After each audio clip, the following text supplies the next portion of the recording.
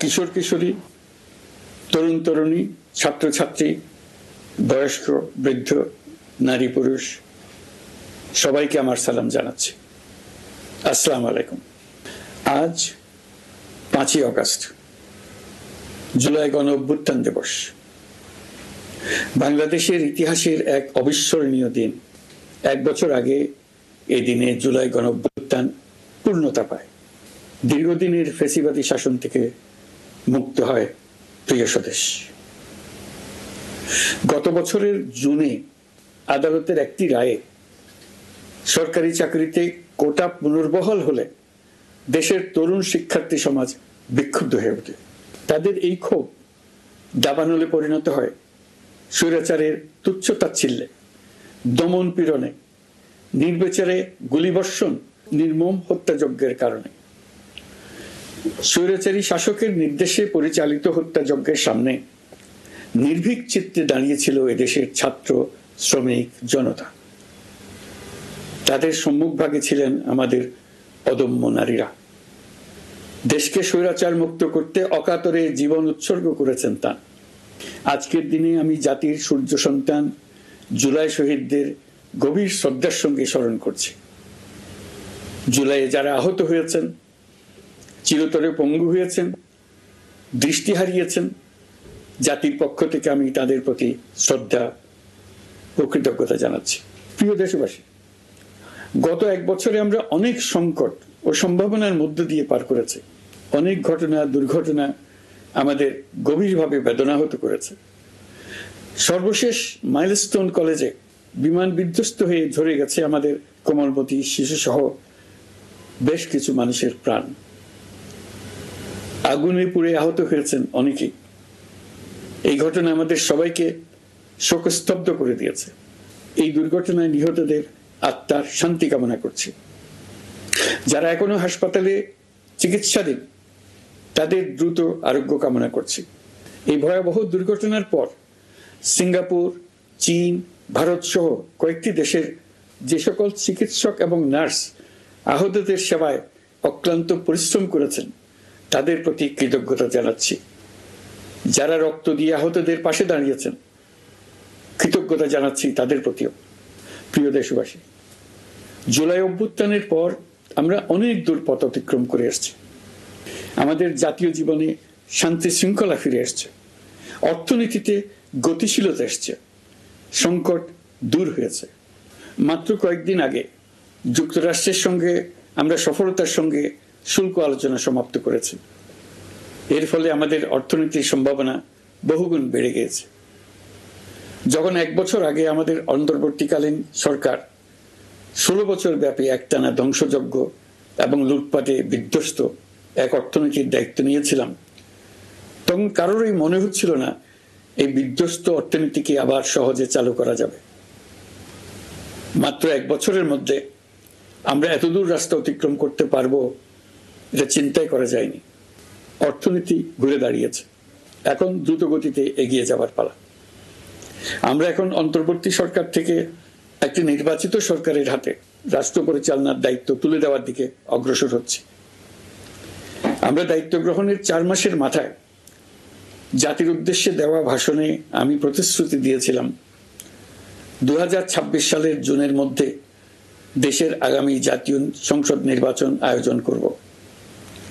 তবে নির্বাচনের আগে আমাদের অত্যাবশ্যকীয় কয়েকটি কাজ সম্পন্ন করতে হবে।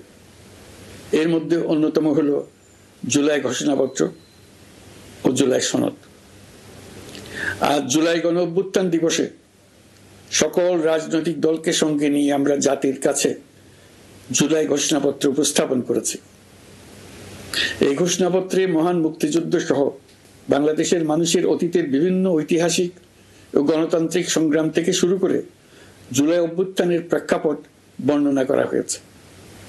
আমাদের 3টি দায়িত্ব ছিল: সংস্কার, বিচার ও নির্বাচন। জুলাই অভ্যুত্থানের ছাত্র, শ্রমিক, জনতা দেয়ালে দেয়ালে যে প্রত্যাশার কথা লিখে রেখেছিল তার অন্যতম ফোকাস ছিল রাষ্ট্র ব্যবস্থার গণতান্ত্রিক সংস্কার। সেই লক্ষ্যে আমরা বেশ কয়েকটি সংস্কার কমিশন গঠন করেছিলাম। তাদের মধ্যে প্রধান প্রধান সংস্কার কমিশনগুলো যে সুপারিশ পেশ করেছে সেগুলোর মধ্যে স্বল্প সময়ের মধ্যে আশু বাস্তবায়নযোগ্য বহু সংস্কার আমরা ইতিমধ্যে সম্পন্ন করেছি। এই সংস্কারগুলোর মাধ্যমে অর্থনৈতিক খাত, বিচার ব্যবস্থা ও জনপ্রশাসনে গতিশীলতা আসবে, স্বচ্ছতা ও জবাবদিহিতা বহুলাংশে বৃদ্ধি পাবে, দুর্নীতি, অনিয়ম ও হয়রানি হ্রাস পাবে। দীর্ঘমেয়াদী সংস্কার কাজ বাস্তবায়নের লক্ষ্যে আমরা জাতীয় ঐকমত্য কমিশন গঠন করেছিলাম। এই কমিশনে 30টিরও অধিক রাজনৈতিক দল ও জোট স্বতঃস্ফূর্তভাবে অংশগ্রহণ করেছে, তাদের মতামত দিয়েছে। প্রাথমিক পর্যায়ে ঐকমত্য কমিশন 166টি সুপারিশ নিয়ে 30টির বেশি রাজনৈতিক দলের সঙ্গে প্রায় 2 মাস ধরে দলগত ও জোটগতভাবে আলোচনা করেছিল। এই প্রক্রিয়ায় যেসব বিষয়ে রাজনৈতিক দলগুলোর মধ্যে ঐকমত্য প্রতিষ্ঠিত হয়েছিল সেগুলো বাদ দিয়ে কমিশনের পক্ষ থেকে 19টি মৌলিক সংস্কারের বিষয় চিহ্নিত করা হয়। দ্বিতীয় পর্যায়ে 23 দিন ধরে আলোচনা শেষে 19টি বিষয়ের বেশিরভাগ ক্ষেত্রেই ঐকমত্য প্রতিষ্ঠা করা সম্ভব হয়েছে, যদিও কয়েকটি ক্ষেত্রে কিছু কিছু রাজনৈতিক দলের নোট অফ ডিসেন্ট রয়েছে। সংস্কারের ক্ষেত্রে আমরা আমাদের লক্ষ্যে পৌঁছাতে পেরেছি। ঐকমত্য কমিশনের পরিচালনায় দেশের সকল রাজনৈতিক দল মিলে দীর্ঘদিন ধরে প্রতিনিয়ত আলাপ আলোচনার ভিত্তিতে জুলাই সনদ চূড়ান্ত হওয়ার পর্যায়ে এসছে। জুলাই সনদ একটি ঐতিহাসিক অর্জন। এটা শুধু আমাদের রাজনৈতিক ইতিহাসে নয়, বৃহত্তর পরিমণ্ডলের রাজনৈতিক ইতিহাসেও স্মরণীয় হয়ে থাকবে। দলিল তো স্মরণীয় হয়ে থাকবেই, এটা রচনার প্রক্রিয়াও স্মরণীয় হয়ে থাকবে। এই দলিল প্রণয়নের জন্য আমি সকল রাজনৈতিক দলের নেতৃবৃন্দকে এবং ঐকমত্য কমিশনের সদস্যবৃন্দকে, বিশেষ করে এই উদ্যোগের নেতৃত্ব দানকারী প্রফেসর আলী রিয়াজকে জাতির পক্ষ থেকে অশেষ কৃতজ্ঞতা ও ধন্যবাদ জানাচ্ছি। রাজনৈতিক দলের প্রতিনিধিরা অত্যন্ত সৌহার্দ্যপূর্ণ পরিবেশে আলোচনায় অংশ নিয়েছেন। মতপার্থক্য থাকা সত্ত্বেও সকল রাজনৈতিক দলের মধ্যে ঐকমত্য তৈরির চেষ্টা ছিল। আমরা আশা করছি এই ঐকমত্যের ভিত্তিতে অচিরেই রাজনৈতিক দলগুলি জুলাই সনদে স্বাক্ষর করবে এবং এর বাস্তবায়নেও ঐকমত্যে পৌঁছাবে। জুলাই সনদ বাংলাদেশে সুষ্ঠুভাবে ক্ষমতা হস্তান্তর, জবাবদিহিমূলক রাষ্ট্রীয় প্রতিষ্ঠানগুলোর স্বাধীনতা ও সক্ষমতা, নাগরিক অধিকারের সত্যিকারের বাস্তবায়ন, রাষ্ট্রীয় সম্পদ ও সামর্থ্যের ব্যবস্থাপনা নিশ্চিত করবে। আমাদেরকে নিশ্চিত করতে হবে ভবিষ্যতের কোনো সরকারই যেন আর ফ্যাসিস্ট হয়ে উঠতে না পারে। রাষ্ট্রকে এমনভাবে মেরামত করতে হবে যাতে কখনো কোথাও ফ্যাসিবাদের লক্ষণ পাওয়া গেলেই সেটিকে যেন তাৎক্ষণিকভাবে সেখানেই নির্মূল করা যায়, আর যেন 16 বছরের জন্য অপেক্ষা করতে না হয়, বহু মানুষকে প্রাণ দিতে না হয়, আমাদের যেন আরেকটি গণ অভ্যুত্থানের প্রয়োজন না হয়। জুলাই আগস্টের মানবতা বিরোধী অপরাধ মামলায় বিচার কাজ দৃঢ়ভাবে এগিয়ে চলেছে। বিচারের আনুষ্ঠানিক শুনানি পর্বও শুরু হয়েছে। ইতিহাসের নির্মম হত্যাযজ্ঞে যারা জড়িত তাদের বিচার এদেশের মাটিতে হবেই। বিচার প্রক্রিয়া ও এর ফলাফল ক্রমান্বয়ে মানুষের কাছে প্রকাশিত হতে থাকবে। বিচারের পুরো প্রক্রিয়া দেশবাসীর কাছে স্বচ্ছ ও দৃশ্যমান রাখা হচ্ছে। এবার আমাদের সর্বশেষ দায়িত্ব পালনের পালা, নির্বাচন অনুষ্ঠান। আজ এই মহান দিবসে আপনাদের সামনে এই বক্তব্য রাখার পর থেকেই আমরা আমাদের সর্বশেষ এবং সবচেয়ে গুরুত্বপূর্ণ অধ্যায়ে প্রবেশ করব। আমরা এবার একটা নির্বাচিত সরকারের কাছে দায়িত্ব হস্তান্তরের প্রক্রিয়া শুরু করব। অন্তর্বর্তী সরকারের পক্ষ থেকে আমি প্রধান নির্বাচন কমিশনারের কাছে চিঠি পাঠাবো যেন নির্বাচন কমিশন আগামী রমজানের আগে 2026 সালের ফেব্রুয়ারি মাসে জাতীয় নির্বাচন অনুষ্ঠানের আয়োজন করেন। আপনারা সকলেই দোয়া করবেন যেন সুন্দরভাবে নির্বাচন অনুষ্ঠান করে এদেশের সকল নাগরিক একটি নতুন বাংলাদেশ গড়ার কাজে সফলভাবে এগিয়ে যেতে পারে। আমরা সরকারের পক্ষ থেকে এই নির্বাচন যাতে সুষ্ঠু, শান্তিপূর্ণ এবং উৎসব মুখরভাবে সম্পন্ন করা যায় সেজন্য সকল প্রকার সাহায্য সহযোগিতা প্রদান করব। এবারের নির্বাচন যেন আনন্দ উৎসবের দিক থেকে, শান্তি শৃঙ্খলার দিক থেকে, ভোটার উপস্থিতির দিক থেকে, সৌহার্দ্য ও আন্তরিকতার দিক থেকে দেশের ইতিহাসে স্মরণীয় হয়ে থাকে। সেই জন্য সকল আয়োজন সম্পন্ন করতে আগামীকাল থেকে আমরা সকলেই মানসিক প্রস্তুতি ও প্রাতিষ্ঠানিক আয়োজন শুরু করব। নির্বাচনে ভোটারদের সম্পর্কে দুই একটা কথা বলতে চাই। এবার আমরা প্রবাসী ভোটারদের ভোট দেওয়ার আয়োজন নিশ্চিত করতে চাই। অর্থনৈতিক দিক থেকে সম্পূর্ণ বিধ্বস্ত বাংলাদেশ যে আবার দ্রুত ঘুরে দাঁড়াতে পেরেছে, তার বড় কারণ হলো আমাদের রেমিটেন্স যোদ্ধাদের ঐতিহাসিক অবদান। নির্বাচনে তাদের অংশগ্রহণ নিশ্চিত করার জন্য নির্বাচন কমিশন প্রস্তুতি নিচ্ছে। নারী ভোটাররা যেন দেশের সর্বত্র নির্দ্বিধায় আনন্দ উৎসাহ সহকারে তাদের ভোট দিতে পারে, এটা নিশ্চিত করতে চাই। এবার যেন কেন্দ্রে কেন্দ্রে নারী ভোটারদের ঢল নামে, আমরা সেই লক্ষ্যে সমস্ত ব্যবস্থা গ্রহণ করব। দেশের মানুষের ভোটাধিকার কেড়ে নেবার কারণে গত 15 বছর ধরে নাগরিক বৃন্দ ভোট দিতে পারেনি। এবারের নির্বাচনে আমরা আমাদের বকেয়া আনন্দ সহ মহা আনন্দে ভোট দিতে চাই। এবারের নির্বাচনে জীবনে প্রথমবার ভোট দিতে যাবে এরকম ভোটাররা নানা উৎসবের মধ্য দিয়ে ভোট কেন্দ্রে যাবে, তাদের এই দিনটি স্মরণীয় করে রাখার জন্য। এর মধ্যে নতুন নারী ভোটার থাকবে, নতুন পুরুষ ভোটার থাকবে, এর মধ্যে এমন ভোটার থাকবে যারা 15 বছর আগে থেকেই ভোট দিতে পারত কিন্তু জীবনে একবারও ভোট দিতে পারেনি। এর মধ্যে আসবে যারা 10 বছর আগে, 5 বছর আগে ভোট দিতে পারত কিন্তু পারেনি। আর আসবে ভাগ্যবান ও ভাগ্যবতীর দল, যারা এই প্রথমবার ভোটার হওয়ার যোগ্যতা লাভ করলো এবং সঙ্গে সঙ্গে ভোট দেওয়ার সুযোগও পেয়ে গেল। নির্বাচনের দিনকে আমরা ঈদের উৎসবের মতো করতে চাই। এবারের ভোটের আনন্দ থাকবে সবার মধ্যে। আপনারা সবাই বাচ্চা কাচ্চাদের নিয়ে ভোট কেন্দ্রে যাবেন। নাগরিক অধিকার প্রয়োগের মহা আনন্দ পরবর্তী বংশধরদের কাছে তুলে ধরার জন্য এখন থেকে প্রতিদিন আলাপ আলোচনা করুন। আপনার এলাকায় ভোটদান ব্যবস্থা কেমন হলে সুন্দর হয়, কেমন হলে আনন্দমুখর হয়, সেটা আগে থেকে ঠিক করার জন্য নতুন বাংলাদেশ গড়ার কাজের ভিত্তি রচনা হবে এবারের নির্বাচনে। তার জন্য প্রস্তুতি নিন। প্রিয় দেশবাসী, দেশের ইতিহাসে এখন পর্যন্ত যতগুলো বড় সংঘাত, সহিংসতার ঘটনা ঘটেছে, তার সবগুলোর নেপথ্য কারণ ছিল ত্রুটিপূর্ণ নির্বাচন। ত্রুটিপূর্ণ নির্বাচনের মধ্য দিয়ে কোনো দল যদি গায়ের জোরে নির্বাচিত হয়ে ক্ষমতায় আসে, তার চূড়ান্ত পরিণতি কি, তার জুলাই অভ্যুত্থান আমাদের দেখিয়ে দিয়েছে। আমরা ইতিহাসের কলঙ্কিত কোন অধ্যায়ের পুনরাবৃত্তি আর করতে চাই না। আপনারা প্রত্যেকেই অবগত আছেন, একটা গোষ্ঠী নির্বাচনকে বাধাগ্রস্ত করার জন্য উন্মুখ হয়ে আছে। তারা দেশের গণতান্ত্রিক অগ্রযাত্রাকে ব্যাহত করতে দেশের বাইরে বসে ভেতরে থেকে নানা অপচেষ্টায় লিপ্ত রয়েছে। আমাদেরকে অবশ্যই খেয়াল রাখতে হবে তারা যেন নির্বাচনকে সংঘাতময় করে তোলার কোনো রকমের সুযোগ না পায়।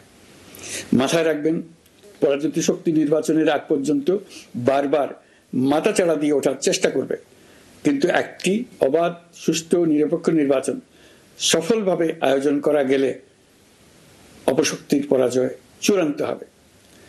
নির্বাচন সংক্রান্ত বিষয়ে প্রতিনিয়ত পরামর্শ নেওয়ার জন্য আমরা প্রযুক্তির সাহায্য নেব। এই জন্য একটি অ্যাপ তৈরির উদ্যোগ নিচ্ছি। দ্রুত এই অ্যাপটি চালু হবে।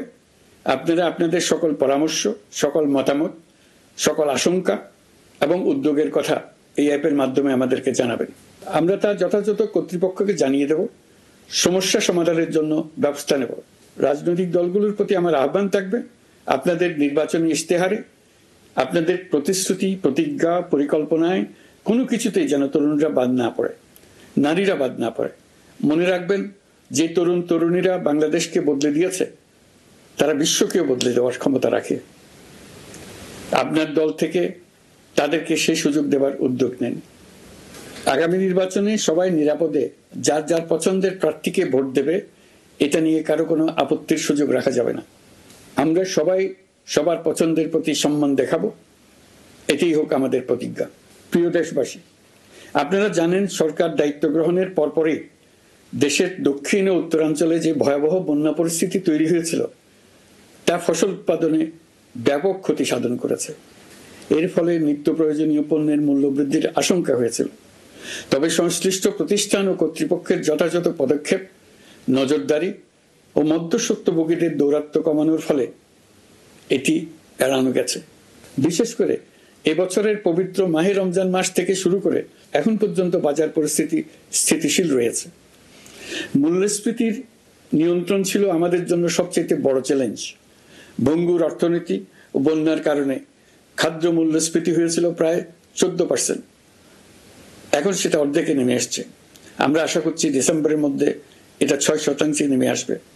এই জুন মাসে দেশের সার্বিক মূল্যস্ফীতি কমে 8.48% হয়েছে, যা বিগত 35 মাসের মধ্যে সর্বনিম্ন।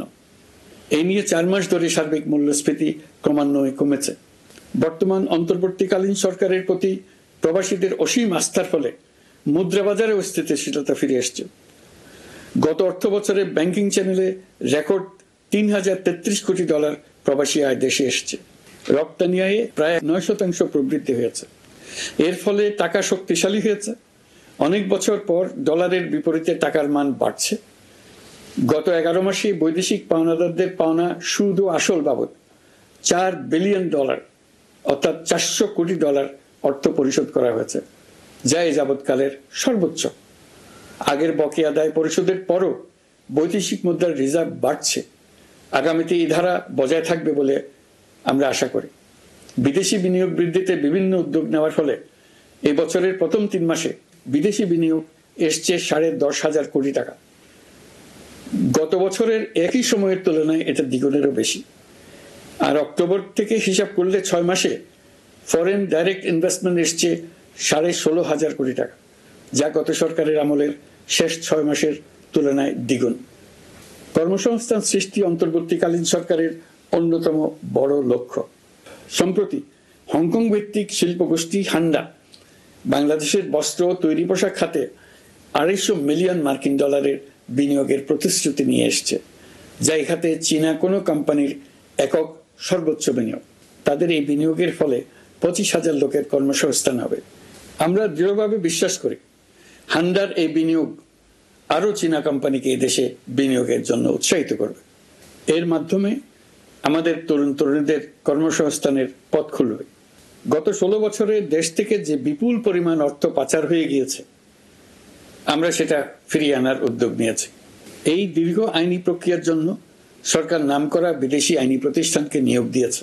যথাযথ আইনি পদক্ষেপের ফলে বিশ্বের বিভিন্ন দেশে ফেসিবাদী দুর্বৃত্তরা যে অর্থ সম্পদের পাহাড় গড়েছে তার কিছু কিছু ইতিমধ্যে জব্দ হয়েছে।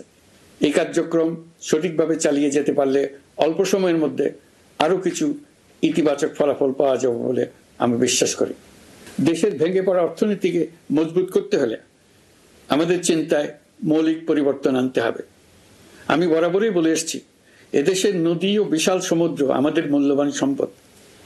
আমরা এই সম্পদকে কাজে লাগিয়ে সমান্তরালভাবে পানিভিত্তিক অর্থনীতি গড়ে তুলতে চাই। আমরা প্রায় ভুলে যাই যে বঙ্গোপসাগরের একটা অংশও আমাদের দেশ। এর পরিমাণ আমাদের মোট জমির পরিমাণের চাইতে বেশি। আমরা প্রায় সবসময় জমিভিত্তিক আমাদের অর্ধেক দেশ নিয়ে মাথা ঘামাই, বাকি পানিভিত্তিক অর্ধেক দেশকে হিসাবেই ধরি না, কারণ আমরা ওই অংশে বসবাস করি না। আমরা তো হাওর বাওরেও বসবাস করি না, তাই বলে তো তাকে হিসাবের বাইরে রাখেন। এখন থেকে আমাদের অংশের বঙ্গোপসাগরকে আমরা আমাদের দেশের মূল্যবান অংশ, এই কথা সবসময় মাথায় রেখে অগ্রসর হব। এই অংশের পানির উপর দিয়ে দেশ বিদেশের সঙ্গে আমরা বাণিজ্য করব। তার মাধ্যমে আমরা পুরো পৃথিবীকে আমাদের প্রতিবেশী বানাবো। এই পানির মধ্যে আছে অফুরন্ত সম্পদ, মৎস্য সম্পদ, যা প্রতি বছর ফসল দেয়। এই পানির নিচে আছে অফুরন্ত গ্যাস। এর সব কিছুকে নিয়েই প্রতিনিয়ত আমাদের চিন্তা ভাবনাকে চালিত করতে হবে। বর্তমান সরকার চট্টগ্রাম বন্দর ব্যবস্থাপনাকে নতুন করে সাজানোর উদ্যোগ নিয়েছে। সরকার সম্প্রতি বাংলাদেশ নৌবাহিনী পরিচালিত ড্রাই ডক লিমিটেডকে new marine terminal container handling এর দায়িত্ব দিয়েছে। তারা কাজ শুরু করা মাত্রই কিছু ইতিবাচক পরিবর্তন এসছে। প্রথম 2 সপ্তাহে দেখা গেছে আগের তুলনায় প্রতিদিন গড়ে 225টি বেশি কন্টেইনার হ্যান্ডলিং হচ্ছে। এই বন্দরকে আধুনিকভাবে গড়ে তোলা গেলে তা শুধু বাংলাদেশের অর্থনীতিতেই ভূমিকা রাখবে না, নেপাল, ভুটান সহ পার্শ্ববর্তী অঞ্চলের অর্থনীতিতে ইতিবাচক ভূমিকা রাখতে সক্ষম হবে। বিনিময়ে তারাও উপকৃত হবে, আমরাও উপকৃত হব। আমাদের উপকূল অঞ্চল অফুরন্ত সম্ভাবনার আধার। কুমিরা থেকে টেকনাফ পর্যন্ত নানা বন্দরের কর্মচাঞ্চল্যে সমগ্র উপকূল অঞ্চলকে দক্ষিণ এশিয়ার একটি গুরুত্বপূর্ণ অর্থনৈতিক প্রাণকেন্দ্র হিসেবে প্রতিষ্ঠা করবে। এই পুরো অঞ্চলে অনেকগুলো শিল্পাঞ্চল গড়ে উঠবে শুধু সমুদ্রের সান্নিধ্য এবং তার ব্যবহারের দক্ষতার কারণে।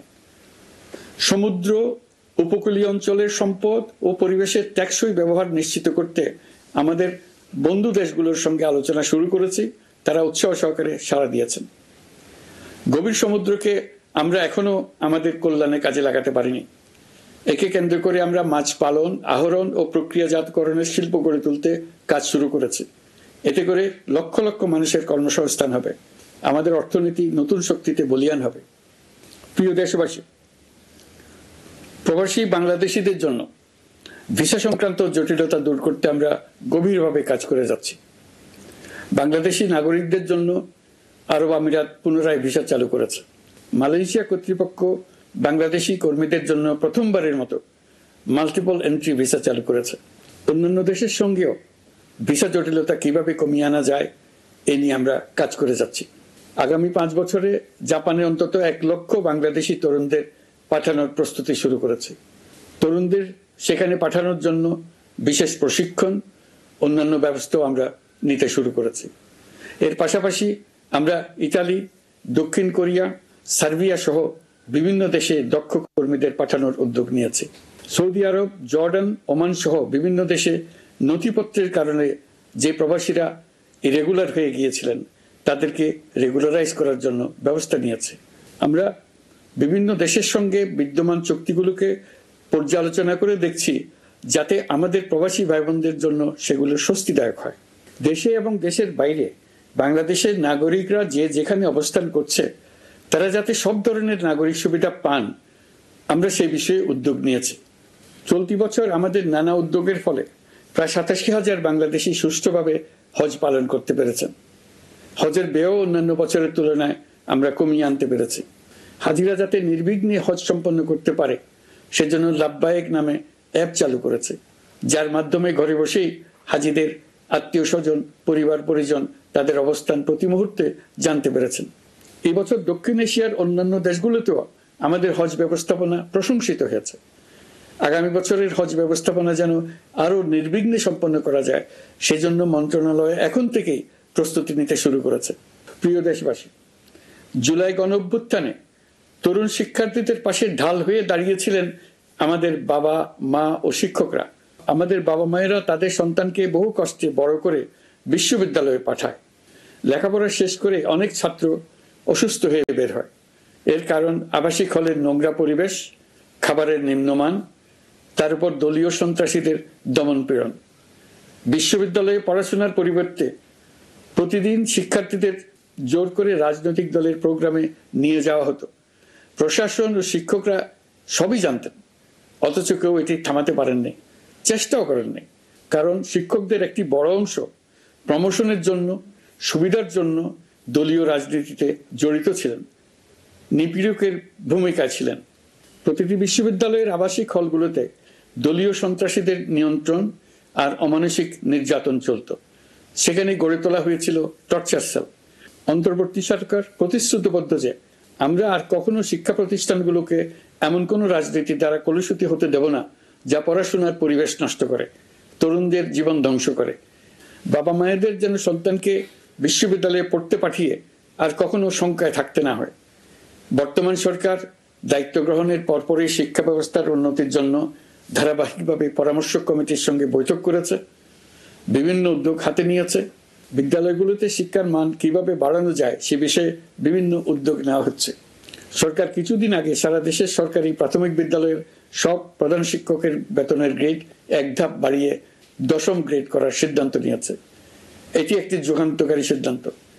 প্রাথমিক বিদ্যালয়গুলিতে শূন্য পদে 6,500 প্রধান শিক্ষক নিয়োগের প্রক্রিয়া চলছে। প্রাথমিকের পড়াশোনার পদ্ধতিগত পরিবর্তনের দিকেও আমরা মনোযোগ দিচ্ছি।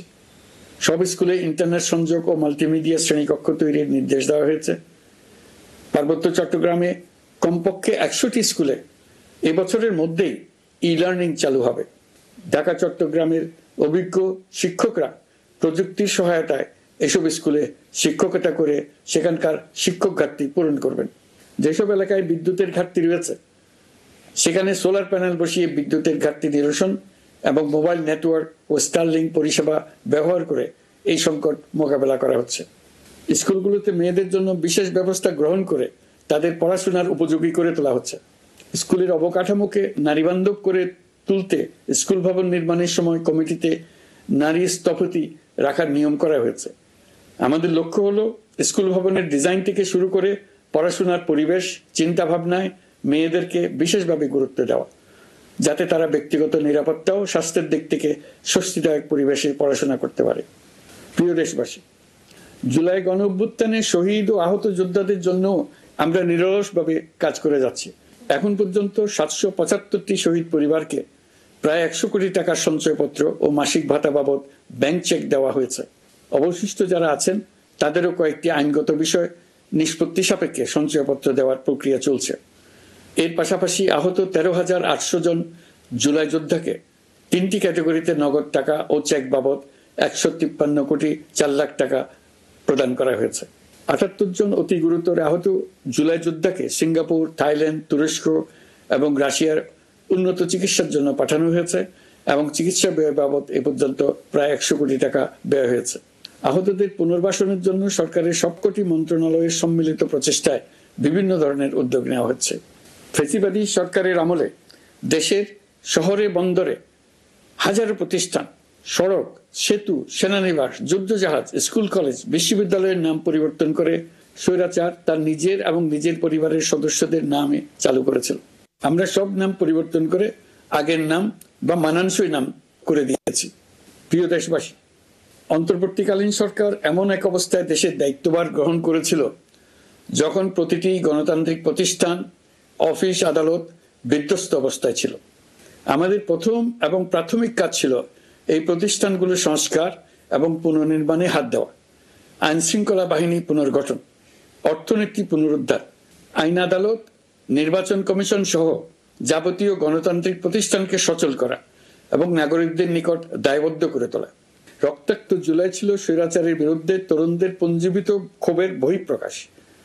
16 বছর ধরে সরকারের স্বৈরাচারী আচরণের বিরোধিতা করে যতগুলো আন্দোলন হয়েছে, প্রতিটিতেই দলীয় সন্ত্রাসীরা অস্ত্র হাতে আন্দোলনকারীদের আক্রমণ করেছে। প্রতিটি আন্দোলনকেই দমন করার জন্য দলীয় সন্ত্রাসীরা সর্বোচ্চ আঘাত করেছে, যেখানে আইন শৃঙ্খলা বাহিনীকেও অংশ নিতে নির্দেশ দেওয়া হয়েছে অথবা দাঁড়িয়ে দর্শকের ভূমিকায় থাকতে বলা হয়েছে। একটি স্বাধীন বিচার বিভাগের জন্য অন্তর্বর্তী সরকার সংস্কার কাজ হাতে নিয়েছে। বিচার বিভাগীয় সংস্কার কমিশনের প্রস্তাবনা অনুযায়ী সুপ্রিম কোর্ট বিচারক নিয়োগ সহ যে সকল কাজ এই সরকার স্বল্প সময়ের মধ্যে করে যেতে পারবে, সে সকল কাজের অধিকাংশ ইতিমধ্যে সম্পন্ন করা হয়ে গেছে, বাকি কাজ চলমান রয়েছে। স্বৈরাচার আমলে দলীয় বাহিনীতে পরিণত হওয়া ভঙ্গুর আইন শৃঙ্খলা বাহিনীকে নতুন করে গড়ে তোলার জন্য আমরা সর্বোচ্চ ব্যবস্থা নিয়েছি। আইন শৃঙ্খলা বাহিনী দ্বারা কোনো মানবাধিকার লঙ্ঘন যাতে না ঘটে, সেই জন্য পুলিশ সদর দপ্তরে একটি সেল কার্যকর করা হয়েছে, যেখানে মানবাধিকার সহ পুলিশ সদস্যদের মাধ্যমে সংগঠিত যে কোনো অপরাধের বিষয়ে অভিযোগ করা যায়। এই সমস্ত সেল অন্যান্য আইন প্রয়োগকারী সংস্থার প্রধান কার্যালয়েও স্থাপন করা হচ্ছে। আসামিদের জিজ্ঞাসাবাদ হবে স্বচ্ছ কাচের ঘরে। হাজতখানায় বন্দীদের মানবিক সেবা নিশ্চিত করা হবে। অভিযান পরিচালনার সময় পুলিশ যেন জিপিএস ট্র্যাকিং সিস্টেম ডিভাইস সহ বডি ক্যামেরা পরিধান করেন তা নিশ্চিত করা হবে। পুলিশ যেন আর কখনোই কোনো আন্দোলন দমনে প্রাণঘাতী অস্ত্র ব্যবহার করতে না পারে, সেই ব্যবস্থা নেওয়া হয়েছে। বেআইনি সমাবেশে বল প্রয়োগের ক্ষেত্রে জাতিসংঘের স্বীকৃত 5টি ধাপ অনুযায়ী পুলিশ সদস্যদের প্রশিক্ষণ দেওয়া হচ্ছে। সব মিলিয়ে স্বরাষ্ট্র মন্ত্রণালয়ের পুলিশ সংস্কার কমিশনের প্রস্তাব অনুযায়ী 16টি সংস্কার কাজ সম্পন্ন হয়েছে। আরও 43টি সংস্কার কাজ সমাপ্ত হওয়ার পথে।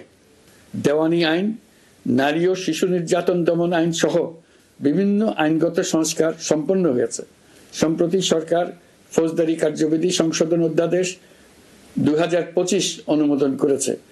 এর ফলে এখন থেকে কোনো ব্যক্তিকে আটকের পর 12 ঘন্টার মধ্যে যত দ্রুত সম্ভব পরিবারকে জানাতে হবে। আটককৃত ব্যক্তিকে আইনজীবীর সঙ্গে সাক্ষাতের সুযোগ দিতে হবে।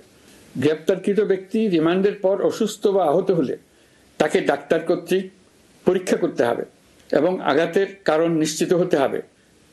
তার প্রয়োজনীয় চিকিৎসা দিতে হবে। এক্ষেত্রে পুলিশের দায় থাকলে আইনি ব্যবস্থা নেওয়ার বিধান যুক্ত করা হয়েছে। এই আইনের ফলে গ্রেফতার ও আটক নিয়ে মানুষের হয়রানি অনেক কমে আসবে। পুলিশের জবাবদিহিতা বাড়বে এবং বিচারের কাজ দ্রুততর হবে। পুলিশ সংস্কার কমিশনের সুপারিশ ছিল কোনো ব্যক্তি থানায় জিডি করতে গেলে অবশ্যই তা গ্রহণ করতে হবে। জিডি গ্রহণ করা ছাড়া থানা থেকে কোনো ব্যক্তিকে ফিরিয়ে দেওয়া যাবে না। এই সুপারিশের ভিত্তিতে সরকার সিদ্ধান্ত নিয়েছে দেশের সব থানায় অনলাইনে জিডি করা যাবে। এখন থানায় জিডি না নেওয়ার আর কোনো অভিযোগ থাকবে না। গণতান্ত্রিক চর্চার অন্যতম প্রধান শর্ত গণমাধ্যমের স্বাধীনতা। অতীত ইতিহাসের দিকে তাকালে দেখা যায় মুক্ত সাংবাদিকতার ক্ষেত্রে প্রথম এবং সবচেয়ে বড় বাধা হিসেবে কাজ করেছে সরকার। অন্তর্বর্তী সরকার এইসব বাধা অপসারণে বিভিন্ন উদ্যোগ নিয়েছে। আমরা সমালোচনাকে উন্মুক্ত করে দিয়েছি। যে কেউ চাইলেই যে কোনো মাধ্যমে, সেটা মূলধারার গণমাধ্যম হোক কিংবা সামাজিক যোগাযোগ মাধ্যমেই হোক, সরকারের সমালোচনা করতে পারছেন। এমনকি রাষ্ট্রীয় গণমাধ্যমেও সরকারের সমালোচনা করা যাচ্ছে। নিকট অতীতে যা ছিল অকল্পনীয়। সাংবাদিকদের জবাবদিহিতা নিশ্চিত করার জন্য সরকার ইতিমধ্যে প্রেস কাউন্সিল পুনর্গঠন করেছে। আপনারা জানেন, সামাজিক যোগাযোগ মাধ্যমে প্রতিদিন বিপুল পরিমাণ গুজব ও অপতথ্য ছড়িয়ে পড়ছে। দেশকে অস্থিতিশীল করতে হাতিয়ারে পরিণত হয়েছে গুজব।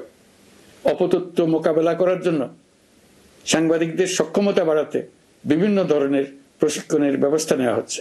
স্বৈরাচারী সরকার আমলে সাংবাদিকতার ক্ষেত্রে বড় বাধা ছিল ডিজিটাল নিরাপত্তা আইন, যা পরে সাইবার নিরাপত্তা আইন রূপে আবির্ভূত হয়েছিল। আমরা এই আইনটি বাতিল করেছি। এই আইনের অধীনে সাংবাদিকদের বিরুদ্ধে করা সব মামলা বাতিল করা হয়েছে। সংবাদ মাধ্যমের স্বাধীনতা নিশ্চিতকরণে এটি একটি বড় অগ্রগতি। নতুন যে আইন প্রণীত হয়েছে তাতে আগের আইনের নিবর্তনমূলক 9টি ধারা বাদ দেওয়া হয়েছে। আগের আইনের আওতায় করা 95% মামলায় এসব ধারায়। আমরা বিশ্বাস করি নতুন আইন প্রণয়নের পর সাংবাদিকদের আইনি হয়রানি বন্ধ হবে। গত বছর মানুষের প্রতিবাদকে স্তব্ধ করে দিতে ফ্যাসিবাদী সরকার ইন্টারনেট বন্ধ করে দিয়েছিল, যাতে গোপনে তারা দমন নিপীড়ন হত্যাকাণ্ড চালাতে পারে। অন্তর্বর্তী সরকার সাইবার সুরক্ষা আইন সংশোধন করে নতুন অধ্যাদেশে প্রথমবারের মতো ইন্টারনেটকে মৌলিক অধিকার হিসেবে অন্তর্ভুক্ত করেছে। সম্প্রতি আন্তর্জাতিক bandwidth real time internet traffic পরিবহনে 4 টেরাবাইট সেকেন্ডের মাইলফলক অতিক্রম করেছে বাংলাদেশ সাবমেরিন কেবলস পিএলসি। বাংলাদেশে ইন্টারনেট সেবার মান ভালো করতে সরকারের পক্ষ থেকে সর্বোচ্চ উদ্যোগ নেওয়া হয়েছে। প্রিয় দেশবাসী, আপনাদের আহ্বানে একটি ঐতিহাসিক সন্ধিক্ষণে আমরা দায়িত্বভার গ্রহণ করেছিলাম।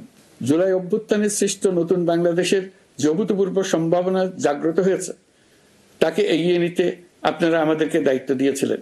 গত 12 মাস ধরে আপনাদের সবাইকে সাথে নিয়ে জুলাইয়ের দাবি পূরণের চেষ্টা করে যাচ্ছি। আসুন আজ জুলাই গণ অভ্যুত্থান দিবসে প্রতিজ্ঞাবদ্ধ হই এই জাতিকে আমরা আর কখনো বিভক্ত হতে দেব না। আমরা সকল নাগরিকের প্রতি মর্যাদাশীল থাকব, তিনি যেই পরিচয়েরই হন না কেন। আমরা দৈনন্দিন জীবনে নানা ঘাত প্রতিঘাতে সাময়িকভাবে যদি পথভ্রষ্ট হয়েও পড়ি, প্রতি বছর জুলাই আমাদেরকে নতুন করে ঐক্যবদ্ধ হতে শক্তি যোগাবে।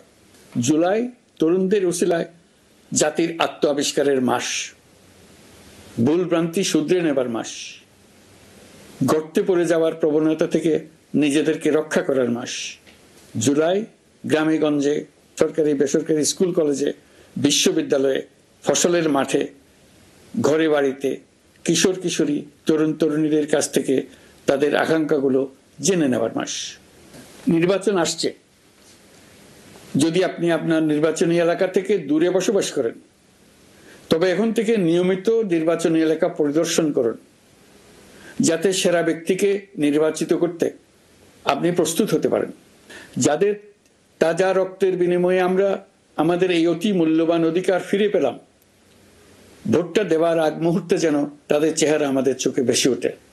ফেব্রুয়ারি বেশি দূরে নয়। নির্বাচন নিয়ে প্রস্তুতি নিতে নিতেই ভোটের দিন এসে পড়বে। বহু বছর আমরা কেউ ভোট দিতে পারিনি। এবার আমরা সবাই ভোট দেব, কেউ বাদ যাবে না। সবাই যেন বলতে পারি, নতুন বাংলাদেশ গড়ার পথে দেশকে রওনা করার জন্য আমি আমার ভোটটা দিয়েছিলাম। আমার ভোটেই দেশটা সে পথে রওনা হতে পেরেছিল। জুলাই গণ অভ্যুত্থান দিবসে সকল নাগরিকের কাছে আমার আহ্বান, আসুন নতুন বাংলাদেশ গড়ার প্রথম বড় পরীক্ষায় সফলভাবে উত্তীর্ণ হই। মহান আল্লাহ আমাদের সহায় হন। আল্লাহ হাফেজ।